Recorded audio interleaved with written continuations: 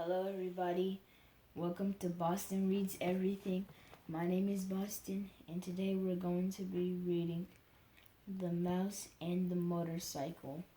You can tell it's kind of beat up. Because I had it for about 4 or 5 years since my dad read it to me. This book is from Beverly Clearly, and let's begin. Third chapter, Trapped. Even though Ralph woke up feeling sick and Daisy, his first thought was of the motorcycle. He hoped it was not broken. He sat there at the bottom of the wastebasket until the wily feeling in his head stopped and he was able slowly and carefully to stand up. He stretched each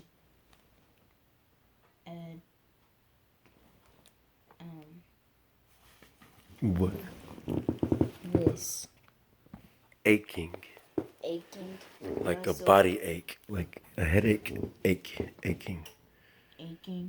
Music and felt each of his forelegs to make certain it was not broken. I have to tell you something.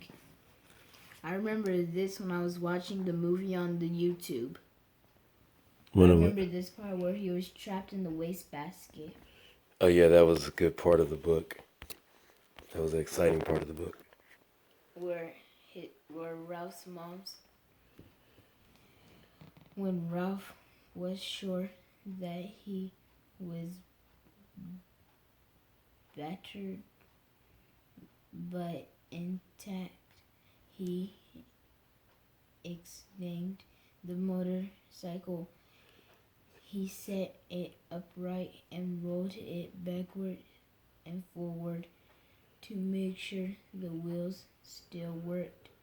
One handlebar was bent and some of the paint was chipped off the rear fender, but everything else seemed all right.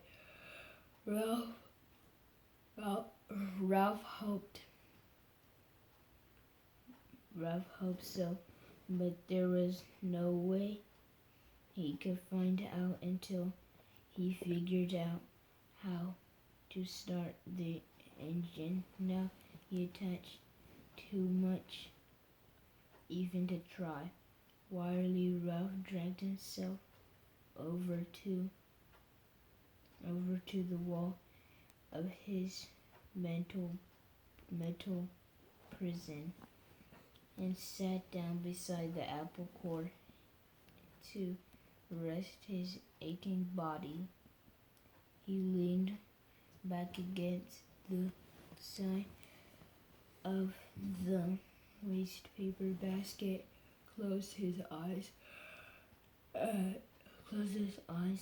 and thought about his Uncle Victor.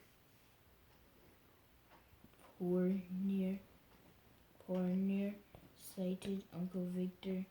He too had landed in a metal waste paper basket, jumping there quite by mistake, unable to climb the side. He had been trapped until the maid came. Why isn't there a period? Maybe turn the page and the sentence isn't over yet. And emptied him out with the trash. Period. No one knew for sure what had happened to Uncle Victor, but it was known that trash in the hotel emptied to an incinerator. Ralph felt sad and remorseful, thinking about his Uncle Victor getting dumped out with trash. His mother had been right with the trash. After all, his poor mother gathering crumbs for his little brother and sister, while he selfish mouse that he was trapped in a metal prison from which the only escape was to be thrown away by an old gum wrapper. Ralph thought sadly of his comfortable home in the mouse hole. It was a good home, entirely but comfortable. The children who stayed in room 215 and usually left a good playgrounds behind, and there was always water from the shirts hung to drip dry besides the wash basin. It should have been enough. He should have been content to stay home without venturing out into the world looking for speed and excitement outside. In the hall, Ralph heard footsteps and Matt, the bellboy, saying, "These new people in 215 and 216, somehow they got the idea there are mice in the hotel. Just opened the window and told the management wouldn't stand for it." Ralph heard a delighted laugh from the second floor. A college girl who was working for the summer season.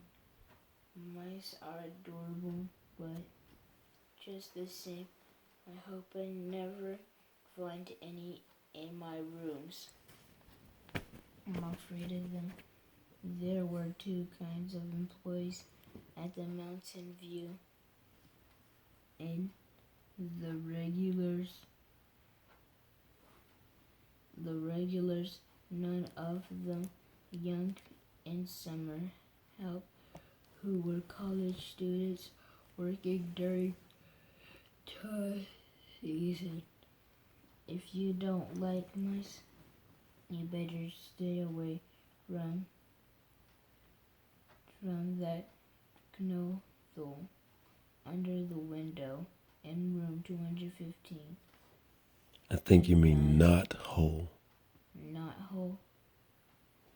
Under the window in room 215, advised Matt.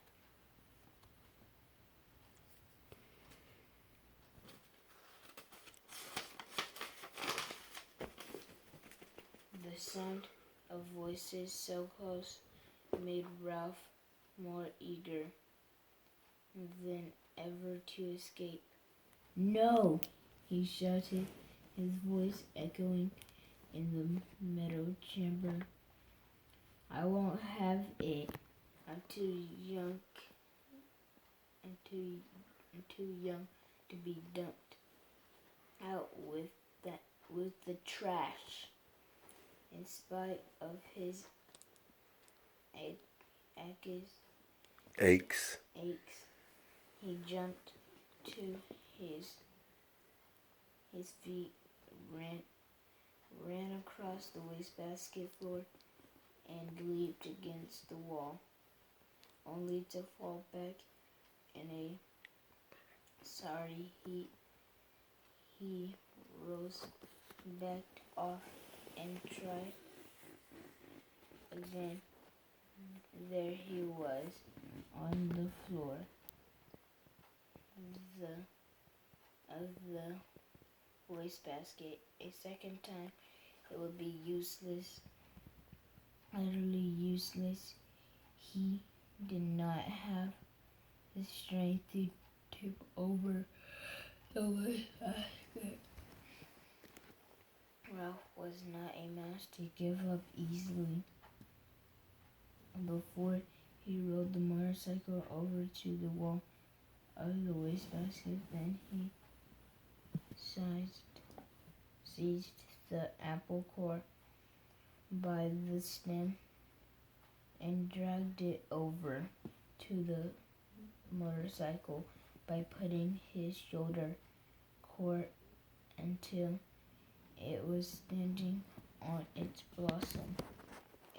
But when he put his front paws around it and tried to lift it, he found he could not.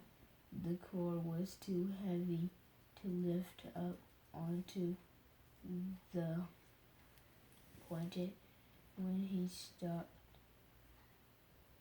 to think it over, he saw that even if he could manage to get the apple core on top of the motorcycle, it still would not be high enough to allow him to climb out of the wastebasket. Bruised and defeated, Ralph dropped the cord and decided that he might as well be thrown out with trash on a full stomach as an empty one. He took a bite of apple and felt a little bit better. It was the best food he had eaten for several days, juicy and full of flavor, and much better than the damp Zeeback crumbs the last guest had left behind. He took several more bites and settled down to a hearty meal, saving the seeds for dessert. 2 ant scouts appeared out of the rim of the wastebasket. "Go away," said Ralph crossly, because he did not like to eat food crawling with ants, and because it embarrassed him to be seen in such a predicament. The ants left as silently as they had come. When Boston, yes, come to a stopping point and then tell them you'll catch them next time. So, I guess if you're going to finish this chapter, that'll be a good point to stop and say, thanks everybody, see you next time. Thanks. Not yet, go ahead and finish the chapter, I'm just saying. When Ralph had eaten his fill of the apple, he curled up beside the core. He only... Actually, hey, so you got 20 seconds left. Say, see, I gotta go. We'll see y'all next time on Boston Reads Everything. I gotta go. See you next time on Boston Reads Everything. Bye.